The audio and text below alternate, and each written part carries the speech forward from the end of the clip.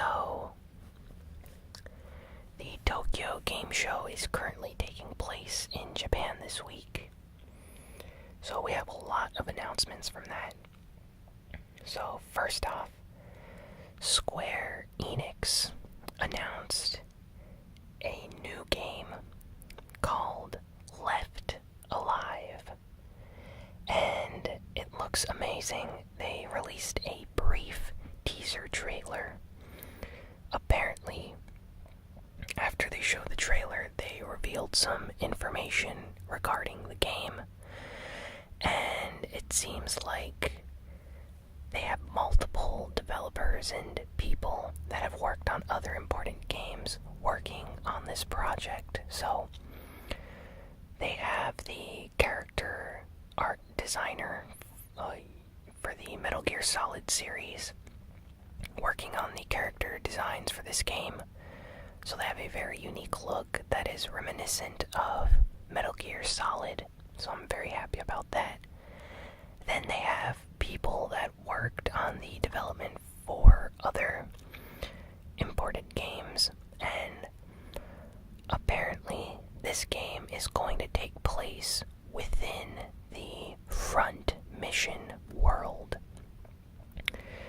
For those that don't know, Front Mission is a tactic strategy RPG. I'd say Front Mission 3 on the PlayStation 1 is one of the more popular and famous entries in the series.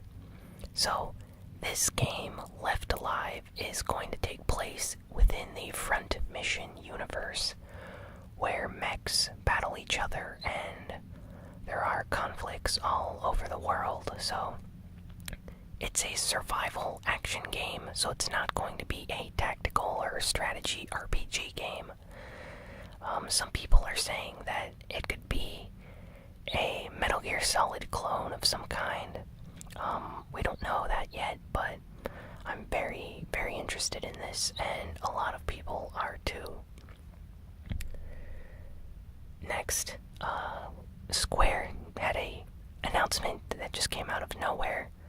So earlier this year, there was a rumor for Final Fantasy IX to get released again on the PlayStation 4. And yeah, this week, all of a sudden, Square just dropped the information at TGS. It came out on the Japanese PlayStation Network store, and shortly after it came out in, the West as well. So North America, Europe, Australia. Everyone has the ability to purchase Final Fantasy IX on the PlayStation 4 now. FF9 is one of my favorite Final Fantasy games, so I'm very happy about this. I'm actually, I bought the game, so I'm actually thinking of doing a video of it for the channel. So be on the lookout for that, and I hope that they continue porting the older Final Fantasy games to the PS4 with enhanced visuals and graphics. I hope that they do Final Fantasy VIII next. Evil Within. So the Evil Within was a game that came out, I'd say it received mixed reviews. A lot of people like the atmosphere and environments and stuff. It had some clunky combat. Certain things about the development of the game weren't exactly as expected. But overall, it was a decent horror game. They announced a sequel to Evil Within 2, and at TGS, they finally gave us some new footage of the game. Apparently, it's from a couple of boss fights from within the game, so we get to see how that looks, and yeah, it looks pretty good. I hope that the developers learn what people didn't like about the previous game and basically improve on them in this version, in this sequel. So hope it turns out great. I know a lot of people really like the director behind this game because he really knows what he's doing with horror games, specifically survival horror games. So curious to see how that turns out. Yakuza Kiwami 2. Yakuza. Well, the Yakuza series is very popular. I've talked about it on the channel before. And Yakuza 2 was originally only available on the PlayStation 2. But as of right now, they announced a sequel that's going to be coming out. And already this year we have received Yakuza Kiwami, which was a remake of the first Yakuza game. And this is a remake of the sequel that came out on the PlayStation 2. So we're getting a remake of the second game. This is great. Another way for more people to get into the series and experience all the games. I think that Sega is doing a great job with this. And they released a story trailer just showing off the, how the graphics look like in this new engine that they're using. It's the Dragon engine, which is the same engine they used for Yakuza Kiwami. So, I'm curious if they're going to stop at number 2, or if they're possibly going to continue and remake the other Yakuza games as well and bring them to the PS4. So, Dragon Ball FighterZ has received a new story trailer. It's a teaser trailer for the story of the game this week. We got some new screenshots showing off the newly announced character. She is a brand new character to the Dragon Ball franchise or series. She has never before appeared in any other games or the show or manga for that matter. Her name is Android 21. She was created for the sole purpose of being a brand new character for this game.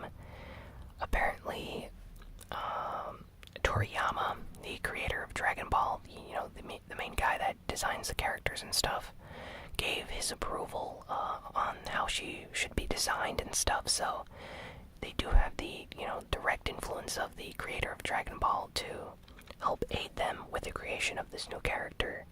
I think she looks really cool, really interesting. A lot of people online are already ecstatic about using her in the game. So I'd say they did a great job announcing a new character. She looks great. Can't wait to play as her in the game. Dragon's Crown has been officially announced for the PlayStation 4.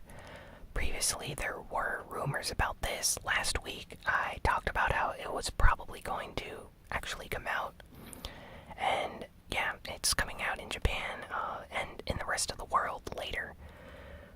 They released an announcement trailer, basically announcing this project. It's not an HD remake, but it is an HD port of the PS3 version to the PlayStation 4 with, I guess, visual enhancements, better graphics and things. Dragon's Crown is a great game. Vanillaware, the developers, do a fantastic job with the combat behind this game. So I highly recommend everyone pick this up when it comes out. And I'm really happy that more people are going to get to play this game now. Dissidia Final Fantasy NT announced the character Noctis is going to be appearing in the game. So that's good news. A lot of people already suspected that Noctis would eventually appear in Dissidia. So this did not really come as a surprise, but it's something that a lot of people were anticipating for a while now, so this is great news. Marvel vs. Capcom Infinite came out this week. Lots of reviewers and people have been reviewing the game. I'd say the reaction online is fairly mixed. There are mixed reviews. A lot of people seem to be disappointed, specifically the hardcore Marvel vs. Capcom fans. The game currently has a 76 rating on Metacritic, and I'd say most game sites have been giving the game 6 out of 10 or 7 out of 10 review scores, although there are a few 8 out of 10 review scores as well. people seem to have issue with the game's mechanics and certain tweaks and things that do not feel right, as well as how the game just feels like a cash grab. Apparently, a lot of character models, faces, and things like that still look very bad. And I don't know, a lot of people have issues with various things from the game. They feel like Capcom didn't try their best when making this. So that's probably why a lot of people are disappointed. So that's kind of sad. I kind of enjoyed the demo. So I will eventually pick this game up, just probably not at its current price. Monster Hunter World is coming out on January 26th. We just got a new trailer and demo gameplay footage from TGS. A lot of people are extremely hyped about this. Sony is very happy about this, it seems as well, because they have officially announced a limited edition PlayStation 4 Pro for Monster Hunter World. It comes with a special DualShock controller with Monster Hunter artwork on it, and the PlayStation 4 comes with unique designs and colors as well. So that's definitely going to be a collector's item within the Monster Hunter fan base. I know they are a very, very passionate fan base, so they're definitely going to try to get their hands on that. So if you are a Monster Hunter fan, I suggest pre-ordering one as soon as possible. Next, we got some gameplay footage from the new game Code Vein. Now, Code Vein was shown during the Xbox One conference at E3 this year. And we finally get some gameplay footage, some new gameplay footage at TGS. This game is very similar to Dark Souls, a lot of people have been saying online, except with anime characters. So if you like anime and you like Dark Souls, you might want to consider checking this game out. The gameplay looks very reminiscent of Dark Souls, so I think it looks pretty cool. Not sure how well this is going to sell when it comes out, but I think there is a niche for anime-style Dark Souls games, so it could actually sell pretty well depending on how it's perceived when it's released. Zone of the Enders is coming out for PlayStation VR, and it's going to have 4K support. So this is like the second time that Zone of the Enders has gotten re-released. It originally came out for the PlayStation 2, then for the PlayStation 3 as an HD collection, and now it's getting re-released on the PlayStation 4. So this game was originally created at Konami by, Kojima, and yeah, it's a great game. Specifically, the second Zone of the Enders game is really good. A lot of people are big fans of this game, so they're definitely going to pick this up when it comes out. I know people that are actually considering buying a PlayStation VR simply for using it to play this game, so that looks really awesome. Apparently it has a bunch of new features and like sound mixing and stuff included as well, so it's going to feel like a brand new experience playing it in VR. Shadow the Hedgehog is going to be playable in Sonic Forces, and this marks like the first time since Sonic 2006 that Shadow the Hedgehog is going to be playable within a main console Sonic the Hedgehog game. I know he was playable in some of like the Nintendo DS games and stuff like that, PSP, Sonic Rivals, but as being a part of the main plot of the game, it's been a very long time, it seems, since Shadow has been playable, and I think he's a cool character, so definitely going to play as him in the game once it comes out. Speaking of Sonic, Sega this week issued a statement about Sonic Team, who are the developers or creators behind the 3D Sonic games, like Sonic Generations, Sonic Adventure, all the, let's say, popular Sonic games, and they acknowledged that a lot of Sonic fans have been desperately begging for Sonic 3 for more than a decade now, and they're saying that they're probably not going to do this. They're not going to make a third Sonic Adventure game. Instead, they want to continue moving the series forward in a new direction, experimenting and evolving the series as it goes on. So, I understand where they're coming from, but a lot of Sonic fans, myself included, we really would like another game like Sonic Adventure 1 and 2.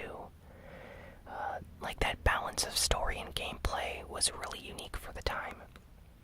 And I think they could do it again if they just tried to do something similar. So, some strange news came out this week regarding the Nintendo Switch. A hidden Easter egg has been found. Apparently, every Nintendo Switch system has the NES Golf game hidden within the code of the Nintendo Switch. So, if you have a Nintendo Switch, you have the NES game Golf hidden within the code of the OS of the Nintendo Switch. And apparently, this is a reason why this is included in every Nintendo Switch system. So, some backstory here. Satoru Iwata passed away like 2 years ago. And, well, he was a big proponent for the Nintendo Switch, so he was very directly involved with the development of this system. And after he passed away, he was the president of Nintendo in Japan, and he was loved by many people, not just employees, but fans there in Japan and in the rest of the world. And, well, one of his early games that he worked for was Golf for the NES, while he was working at Nintendo with HAL Laboratories. Now, for those that don't know, HAL Laboratory is the development studio behind the Kirby games, as well as the Super Smash Bros. Series and a bunch of other titles. So, Golf for the NES and Balloon Fight are some of the earliest games he helped program at Nintendo. So, they were very special games to him. And for this reason, Nintendo, I guess the people developing the Nintendo Switch operating system, decided to include as a hidden Easter egg, as a tribute to Satoru Iwata, a copy of his game within every Nintendo Switch system, so that every person that owns a Switch is going to be able to play NES Golf on their system. So this is really nice. It just shows how dedicated Nintendo is to preserving the memory of Satoru Iwata, even in small ways like this. It's really nice. Apparently, this is called an amemori in Japan. Amemori is a sort of like tribute or way of remembering a remembrance to someone that passed away. So that's why they included NES Golf within the Nintendo Switch. There's actually a video on YouTube. It's on the trending page right now, as of today. Basically showing someone that in order to access this hidden mini-game or game within the Nintendo Switch, you have to set the date to July, the day that Satoru Iwata passed away, and you have to use the the Joy-Cons and make the motions that Satoru Iwata would make during the Nintendo Directs. He used to do this specific hand motions, these motions with his hands. And if you do those, you'll automatically unlock this game on the Nintendo Switch menu after you're doing it for a few minutes. So that is really cool. I highly recommend you guys go check it out if you haven't seen it already. Just goes to show that Nintendo and others should do more things like this in order to remember, developers are people that were very important to the company. So that's really nice. Well, on to geek news for the week. We have one piece of geek news this week. Specifically, Tomb Raider. The Tomb Raider movie that I reported on a few months ago has a trailer. The first trailer has finally come out, showing off just how the movie is going to look like. And it looks pretty good. I'd say that they seem to have captured the style and look of the 2013 Tomb Raider reboot game, which is perfectly fine, I guess. Some people were hoping that they were going to take on one of the classic PlayStation 1 games, but it seems like they're trying to go for the story of the reboot, which looks pretty good. The actress playing Lara Croft in this game looks like she's taken to the role very well, so I think that this movie is actually going to be very good, judging by this trailer. And if you haven't seen the trailer yet, check it out. Well, that's all for this week. Thanks for listening and watching this video. Please be sure to like, comment, share, and subscribe. And follow me on Twitter at ASMR Gaming News. Or follow me on VidMe, that's vid.me/ASMR Gaming. And I will see you all next week. So long, and